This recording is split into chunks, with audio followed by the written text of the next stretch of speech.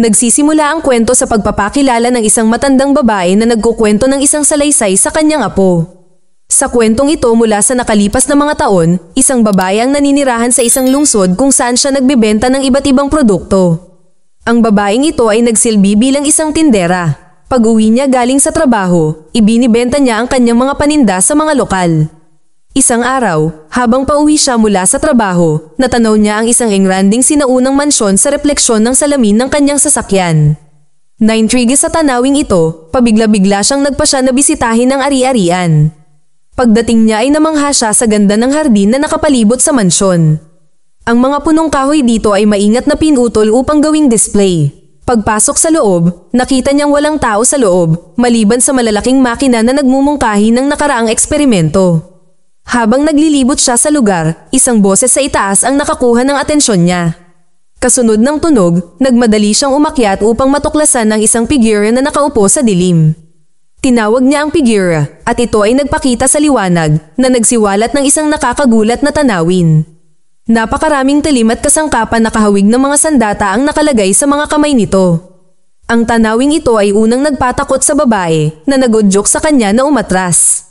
Gayunpaman, pinakiusapan siya ng figura na manatili na nagpapakita na ang mga mistulang sandata, sa katunayan, ay mga sariling kamay niya na pinalamutian ng isang hanay ng mga gunting. What happened to you? Napagtanto niya na ang nilalang na ito ay hindi tao, ngunit isang humanoid robot na nagsisiwalat ng malabong ugnayan noong nakaraan sa pagitan ng tao at ng makina. Sa sitwasyong ito, ang babae ay nagtanong tungkol sa pangalan ng robot, kung saan siya ay tumugon na ang pangalan niya ay Edward. Pagkatapos ay ibinunyag ni Edward ang kanyang pagkakakilanlan na siya ay hindi tao, nilinaw niya na siya ay isang robot na idinisenyo upang tularan ang mga tao, gayunpaman siya ay nagdalamhati sa kanyang hindi kumpletong estado na hindi makamit ang ganap na pagsasakatuparan nito. Nang malaman ang kalagayan ni Edward, ang babae ay napuno ng pakikiramay, na nadama ang kanyang pagkabalisa at takot sa halip na kagalakan. Sa pagmamasid sa maraming mga gallows sa kanyang mukha na dulot ng gunting, siya ay naawa kay Edward na ayaw siyang iwanan sa ganoong kalagayan. Dahil sa kanyang pakikiramay, nagpasya siyang isama si Edward. Habang nasa kotse, siniyasat ni Edward ang kanyang hindi pamilyar na kapaligiran ng may matinding interes at pananabik na inihayag ang kanyang unang pagkalantad sa labas ng mundo sa kabila ng pananatili niya sa mansyon. Pagdating sa bahay, binigyan ng babae si Edward ng damit na isusuot. Gayunpaman, dahil sa kanyang mga kamay na nasugatan, nagpupumilit siyang isuot ang mga damit na nagudyok sa babae na tulungan siya. Sa oras ng tanghalian, ipinakilala niya si Edward sa kanyang pamilya. Tinatrato siya hindi bilang isang robot, ngunit bilang isang kapwa-tao. Nag-aalok sa kanya ng pagkain ng tao na makakain sa kabila ng hamon na kinakaharap niya sa pagkonsumo nito. Nang sumunod na araw, habang ang asawa ng babae ay pinuputol ang mga bahagi ng puno sa kanilang bakuran, sumali si Edward sa kanya, gamit ang kanyang mga kamay na gunting upang lagyan ng design ang puno sa isang kahanga-hangang dinosaur. Sa pagsaksi nito, nabigla ang asawa ng babae sa husay ni Edward. Kasunod nito, si Edward ay nagpapatuloy sa paggawa ng mga pagkakahawig ng buong pamilya sa mga puno sa pamamagitan ng kanyang galing sa pagdidisenyo, hinuhubog ang kanilang mga anyo sa bawat puno. Pinuno ng display na ito ang buong pamilya ng kagalakan at pagtataka na nagdadala ng bagong presensya sa bahay ng babae. Mabilis na kumalat ang balita tungkol sa mahusay na bisitang ito sa mga kapitbahay na nagudyok sa kanila na bisitahin at ipahayag ang kanilang pagnanais na makilala ang kahanga-hangang bisitang ito sa hapunan. Ang babae, na ngayon ay abalang-abala sa paghahanda ng pagkain, ay nakatanggap ng tulong mula kay Edward na walang kahirap-hirap na hinihiwa ang gulay sa pamamagitan ng kanyang natatanging gunting.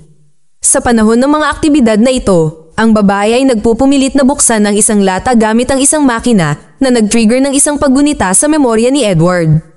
Isang flashback ang bumungad na inihayag ang mansyon kung saan naninirahan si Edward at ang presensya ng isang matandang siyentipiko na nagsasagawa ng mga eksperimento sa mga automated na makina sa pagluluto. Kasunod nito, ang scientist ay lumapit sa isang partikular na robot na naglalagay ng hugis-pusong cookie sa dibdib nito. Ito ay nagiging maliwanag na ang robot na ito ay hindi kumpleto, ngunit sa halip, si Edward mismo. Sa paglipas ng panahon, masigasig na pinadalisay ng siyentipiko si Edward na namumuhunan ng makabuluhang pagsisikap at kadalubhasaan sa kanyang pag-unlad hanggang sa ganap na siyang handa upang ipakita sa mundo si Edward. Sinisikap ng siyentipiko na itanim sa loob ni Edward ang buong spectrum ng mga emosyon ng tao na naglalayong baguhin siya sa isang kumpletong nilalang na tao. Sa makatuwid, si Edward ay ikinategorya bilang isang humanoid na kahawig ng isang tao sa maraming aspeto. Gayunpaman, nananatili ang isang kapansin-pansing bahagi nito. Ang mga kamay ni Edward ay nananatiling hindi perpekto, isang bakas ng dati niyang papel sa paghahanda ng pagkain. Sa paglipat pabalik sa kasalukuyan, ang isang pagtitipon ay naganap sa maraming mga bisita, partikular na naintriga sa mga natatanging kamay ni Edward. Sa kabila ng kanilang sorpresa, ang mga bisita ay nagpapakita ng matinding interes kay Edward na tinatrato siya ng may paggalang at pag-usisa. Sa gabi habang natutulog si Edward sa kanyang silid, ang anak ng babae, na si Kim, ay nagpakita pagkatapos ng matagal na pagkawala. Pagka-uwi kasunod ng matagal na pamamalagi kasama ang mga kaibigan, nang walang alam sa presensya ni Edward, pumasok si Kim sa silid, na nag-joke kay Edward na obserbahan siya ng mabuti mula sa kanyang kama na hindi alam ang kanyang pagkakakilanlan o background. Gayunpaman, habang tinatanggal ni Kim ang kanyang makeup, napunta ang kanyang tingin kay Edward na nagdulot ng takot at pagsigaw niya na nagtulak sa kanya palabas ng silid. Ang mga magulang ni Kim ay mabilis na lumabas ng kwarto upang pakalmahin siya, kasama ang kanyang ina na nagpapatibay ng loob niya na kinilala si Edward at idineklara ang kanyang pananatili sa kanilang pamamahay. Kasunod nito, dinala niya si Kim upang ipakilala siya kay Edward. Sa sumunod na araw, ipinakita ni Edward ang kanyang artistikong kahusayan sa pamamagitan ng paggupit at pag-sculpting ng magagandang disenyo sa mga puno sa paligid na nakakuha ng malawakang paghanga at positibong pakikipag-ugnayan mula sa komunidad. Sa isang sesyon ng pagdidisenyo ng puno, isang aso ang lumapit kay Edward na ang balahibo nito ay masyado ng mahaba. Walang pag-aalinlangan, pinuto ni Edward ang makapal na balahibo nito at nagbigay ng bagong itsura nito. Ang may-ari ng aso ay tuwang-tuwa sa bagong hitsura ng kanilang alaga. Kasunod nito, nasaksihan natin ang isang senaryo kung saan sinimulan ding dalhin ng iba pang mga kapitbahay ni Edward ang kanilang mga aso sa kanya para sa pag-aayos, na naghahangad ng ganoong gupit para sa kanilang mga alagang hayop. Pinatunayan ni Edward na napakahusay niya sa gawaing ito, na isinasagawa ito ng mabilis at may katumpakan. Sa isang pagkakataon, nang bigyan ni Edward ang isang maliit na aso ng kakaibang hitsura na parang leon, natuwa ang may-ari nito sa pagbabago. Kaya masigasig niyang tinanong si Edward kung papayag din itong guputin ang kanyang buhok. Pumayag si Edward na nagpapakita ng kanyang kahusayan sa pamamagitan ng pagbibigay sa kanya ng isang mahusay na gupit. Ang pagkilos na ito ay nag-uudyok ng isang chain reaction kung saan ang iba pang mga kababaihan na naroroon ay nagpasyang gupitin rin ni Edward ang kanilang buhok, kabilang ang babaeng unang nagpakilala kay Edward sa komunidad. Ang pambihirang talento at craftsmanship ni Edward ay mabilis na nakakuha sa kanya ng malawakang pagbubunyi na humahantong sa kanyang pagsikat ng katanyagan at kahit na ang isang imbitasyon na lumabas sa isang palabas sa telebisyon. Pinupuri ng komunidad ang pambihirang gawain ni Edward at iminumungkahi na dapat niyang itatag ang kanyang salon dahil sa kanyang kahanga-hangang mga kasanayan. Gayunpaman, ang pagiging praktikal ng ideyang ito ay nagiging maliwanag dahil mangangailangan ito ng malaking puhunan sa pananalapi. Sa pagtatangkang makuha ang mga kinakailangang pondo, ang babaeng nagpakilala kay Edward sa kapitbahayan ay sinamahan siya sa isang bangko upang mag-apply ng pautang. Sa kasamaang palad, tinanggihan ng bangko ang kahilingan ng pautang ni Edward dahil sa kanyang kakulangan ng dokumento, bank account at pagkakakilanlan. Sa kabila ng mga pag-urong na ito, nananatiling walang malasakit si Edward sa mga usaping pinansyal na inuuna ang tunay na mahalaga sa kanya, ang kanyang pagmamahal sa anak ng kumupkop sa kanya na si Kim. Ang damdamin ni Edward para kay Kim ay hindi nasuklian, ngunit ang kanyang kaibigan ay nagkikimkim at nagselos sa paglalahad na ito, na nag-iisip ng isang pamamaraan upang gamitin ang mga natatanging kakayahan ni Edward para sa isang kahinahinalang plano. Ipinapanukala ng kaibigan ni Kim na bisitahin nila ang bahay ng kanyang magulang sa ilalim ng pagkukunwari ng isang investor na nagbabalak na nakawin ang van ng kanyang ama at tumakas sa isang liblib na lokasyon kung saan maaari silang magpalipas ng oras na magkasama.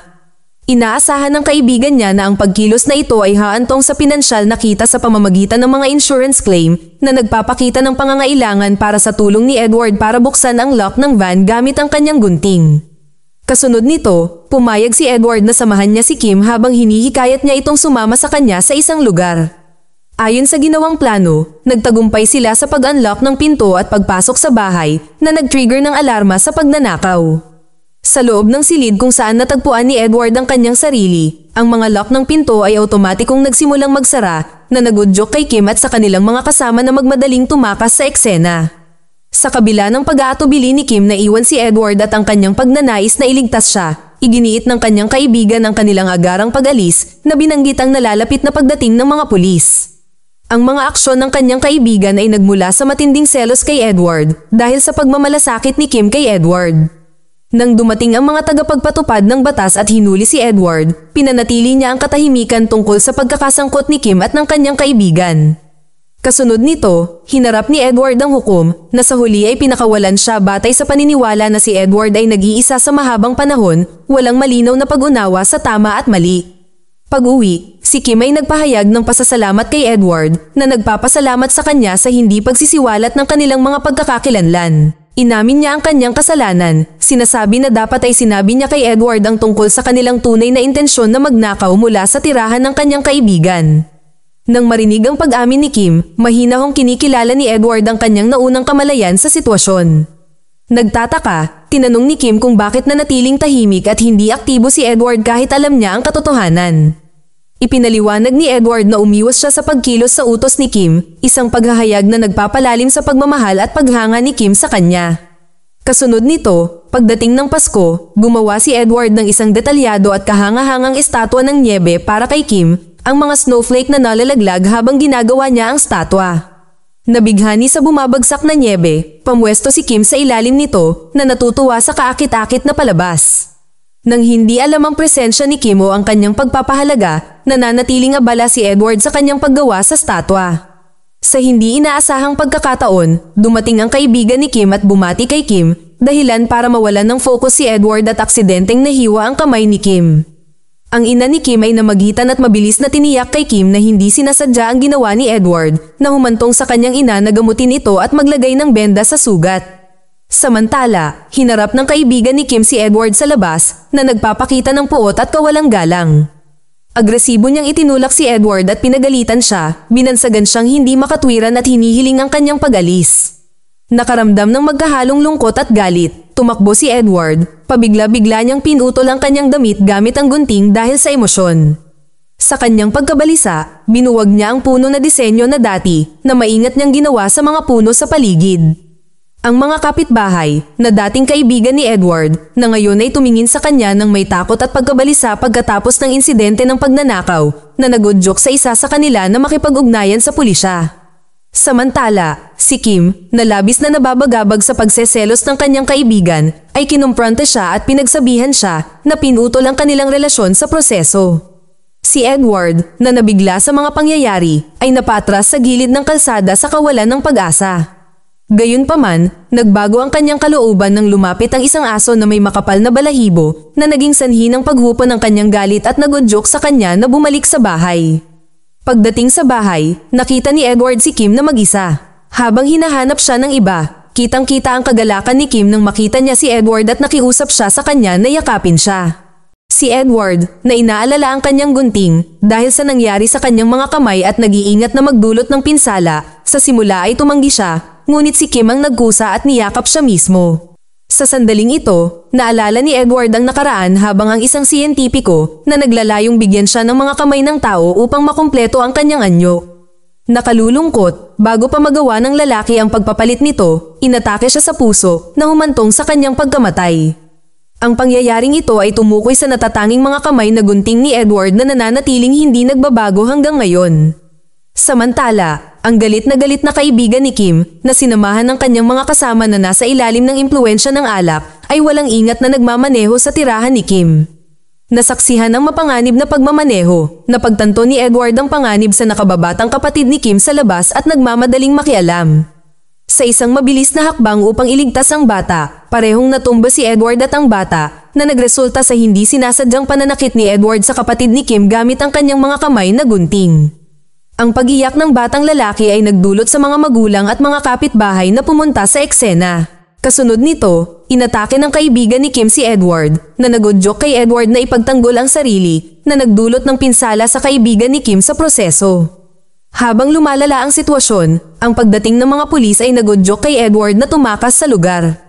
Balak niyang bumalik sa kakaibang mansyon kung saan siya nagmula, isang lugar na puno ng kahalagahan sa kanyang paglalakbay sa mundong ito.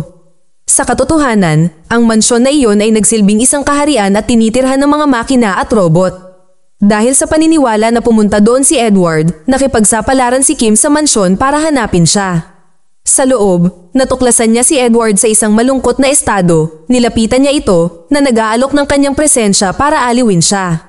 Lingid sa kanilang kaalaman, sumunod ang kaibigan ni Kim na armado ng baril at marahas na inatake si Edward. Nagdulot ito ng malaking pinsala, ngunit si Kim ay namagitan upang protektahan si Edward na hinihimok ang kanyang kaibigan na saktan din siya. Nang masaksihan ng pag-atake kay Kim, si Edward, na nakaramdam ng matinding galit, ay itinusok ang kanyang mga kamay na gunting sa lalaki palabas ng bintana na nagresulta sa kanyang pagkamatay. Bago umalis si Kim, ipinagtapat ni Kim ang kanyang pagmamahal kay Edward at nagpaalam sa kanya. I love you. Paglabas ng mansyon, dinala ni Kim ang gunting na kamay na sumisimbolo sa pagtatapos ng malagim na alitan sa pagitan ni Edward at ng kanyang kaibigan. Isinalaysay niya sa mga tao na ang kanyang kaibigan at si Edward ay nagkaroon ng matinding laban na nag-udyok sa kanila na pumanaw sa lugar. Nagbabalik ang salaysay pabalik sa kasalukuyan kung saan ikinwento ng isang matandang babae ang kwentong ito sa kanyang apo. Napag-alaman na si Kim ay ang matandang babae mismo. Ipinapalagay niya na si Edward, bilang isang AI, ay nananatili sa mansyon at ang kanyang edad ay patuloy na sumusulong. Nang tanungin ng kanyang apo kung bakit hindi hinanap ni Kim si Edward, sa kabila ng kanilang pagmamahalan sa isa't isa, ipinaliwanag ni Kim na dahil sa kanyang katandaan, mas gusto niyang panatilihin ni Edward ang alaala niya noong huli niya itong nakita. Ang kanyang apo ay nagtatanong kung paano natitiyak ni Kim ang pag-iral ni Edward.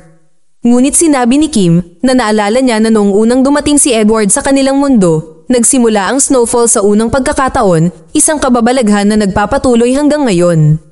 Ipinagpalagay niya na kung si Edward ay tumigil sa pag-iral, ang walang hanggang pagulan ng nyebe ay titigil din. Naalala ni Kim kung paano ginawa ni Edward ang anghel na estatwa na gawa sa nyebe na sinasalamin ng kanyang mga nilikha sa loob ng misteryosong mansyon. Ang mga estatwa na gawa sa nyebe na ginagawa niya ay umaagos sa lungsod na nagpapaalala sa pagulan ng nyebe sa isang di malilimutang araw ng Pasko noon pa man, kung saan sa gitna ng mga estatwa ay nakatayo ang isang estatwa ni Kim. Ang nakakaantig na eksenang ito ay nagmamarka ng pagtatapos ng pelikula. Mag-subscribe para sa higit pang mga video na tulad nito, i-on ang notification at mag-iwan ng like para matulungan ang aming channel. Salamat sa panunood.